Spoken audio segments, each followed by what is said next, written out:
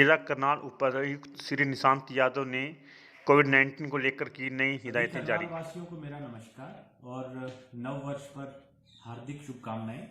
साथियों, आप सब लोगों को मालूम है कि कोरोना की जो महामारी है वो दोबारा से फैलना शुरू हो गई है और विशेष रूप से जो ओमिक्रॉन वेरिएंट आया है वो एक चिंता का विषय बना हुआ है। हमारे करनाल जिले में भी अभी 37 केसेस एक्टिव हैं और कल भी 6 कोरोना के केसेस नए आए हैं। इस सिलसिले में हरियाणा सरकार ने इसकी महत्ता को देखते हुए रिवाइज्ड गाइडलाइंस जारी की हैं। जो गाइडलाइंस करनाल पे लागू होंगी उसके बारे में मैं आपको एक बार ब्रीफली बताना चाहूंगा।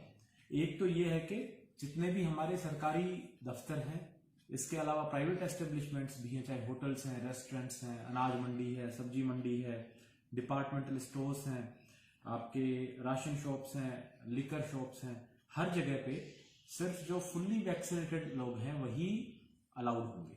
यानी हर एक सरकारी दफ्तर के बाहर अब ये चेक किया जाएगा कि जो भी कोई आ रहा है, चाहे वो कर्मचारी हो, अधिकारी हो या पब्लिक हो, उन्होंने अपनी दोनों डोज वैक्सीन की ली है या नहीं ली है। इसलिए मैं सबसे आग्रह करूंगा कि अपनी जो वैक्सीनेशन सर्टिफिकेट है वो या तो फोन में उसकी सॉफ्ट कॉपी लेके चलें या उसका प्रिंट आउट लेके चलें, या फिर जो आपको कोविन पोर्टल से मैसेज आया होगा वैक्सीनेशन का वो दिखा दें, या आरोग्य सेतु ऐप पे अपना वैक्सीनेशन स्टेटस दिखा दें। जिन लोगों ने सिर्फ अभी पहली डोज लगवाई है और सेकंड डोज ड्यू नहीं हुई है वो भी इसमें ऑफिसेज में जाने के लिए अलाउड होंगे। इसके साथ ही साथ जो 15 साल से 18 साल के लोग हैं उनकी वैक्सीनेशन भी कल से शुरू हो जाएगी। हमारे करनाल जिले में लगभग 90,000 ऐसे बच्चे हैं जिनको जो इस कैटेगरी में आते हैं और हम कल से उनकी वैक्सीनेशन भी शुरू कर देंगे अलग अलग जगहों पे। साथियों, एक इसमें महत्वपूर्ण बात यह है कि 100 से ज्यादा लोगों की गैदरिंग जो है अब जिले में अलाउड नहीं होगी और इसके लिए स्पेशली अगर 100 से ज्यादा गैदरिंग किसी वजह से किसी को करनी है तो डीसी ऑफिस से उसकी परमिशन लेनी होगी।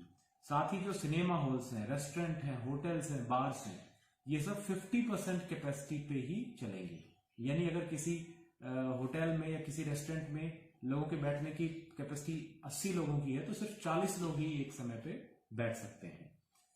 स्कूल्स हैं, कॉलेजेस हैं, लाइब्रेरीज हैं, ITIs हैं, आईलेट सेंटर्स हैं, हमारी आंगनवाड़ी सेंटर्स हैं, ये सब जो है 12 तारीख तक बंद रहेगी। तो ये गाइडलाइंस 12 तारीख तक है, अभी 12 जनवरी 2022 तक। तो उस सिलसिले में जो एजुकेशन इंस्टीट्यूशंस है वो सारे बंद रहेंगे। जो अंतिम संस्कार है वहां पे लोगों की जो क्षमता है जितने इकट्ठे हो सकते हैं वो सिर्फ 50 है, 50 लोग ही इकट्ठे हो सकते हैं। शादियों में, मैरिजेस में 100 लोगों से ज्यादा इकट्ठे होने पे पाबंदी है, सिर्फ 100 लोग ही एकत्रित हो सकते हैं। नाइट कर्फ्यू रात को 11 बजे से सुबह 5 बजे तक रहेगा। उस दौरान किसी भी तरह की गैदरिंग और मूवमेंट, अननेसेसरी मूवमेंट पे पाबंदी है और अगर इस तरह की मूवमेंट मिलती है तो उस पर कार्रवाई की जाएगी। अगर कोई इंडिविजुअल वायलेशन करता हुआ पाया जाता है तो 500 रुपए का चालान होगा। अगर कोई संस्था वायलेशन करती है तो 5,000 का चालान होगा और अगर रिपीटेड वायलेशंस होते हैं तो उसमें डिजास्टर मैनेजमेंट एक्ट के तहत भी और IPC के तहत भी FIR दर्ज की जाएगी। एक चीज मैं और स्पष्ट करूं कि प्रशासन ने सभी रेस्टोरेंट्स, ढाबा, होटल्स एसोसिएशंस के साथ बैठक करके, इंडस्ट्रियल एसोसिएशंस हैं, केमिस्ट एसोसिएशंस हैं, इन सबसे हमारी बात हुई है और हमने कहा है कि no service no mask, no mask no service. अगर आपने मास्क नहीं पहना है तो आपको सर्विस नहीं मिलेगी। इसी प्रकार से नो वैक्सीनेशन नो सर्विस, अगर वैक्सीनेशन नहीं कराया तो आपको सर्विस नहीं मिलेगी।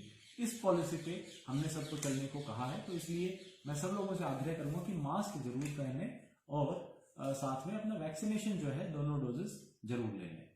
एक चीज मैं और स्पष्ट करूं कि जो धार्मिक संस्थान है, रिलीजियस इंस्टीट्यूशन है, वहां भी 50 से ज्यादा लोगों की गैदरिंग नहीं अलाउड होगी। अभी रिसेंटली देखने को आ रहा है कि भंडारे के नाम पे, जागरण के नाम पे और कोई जो है रिलीजियस धार्मिक गैदरिंग्स के नाम पे बड़ी संख्या में लोग इकट्ठे हो रहे हैं। तो इस मामले में सरकार और प्रशासन सख्ती करेंगे। तो मेरी सब लोगों से आग्रह रहेगा कि जो गाइडलाइंस बताई गई हैं इनका पालन करें ताकि हम संभावित जो तीसरी वेव है कोरोना की, इससे बच सकें।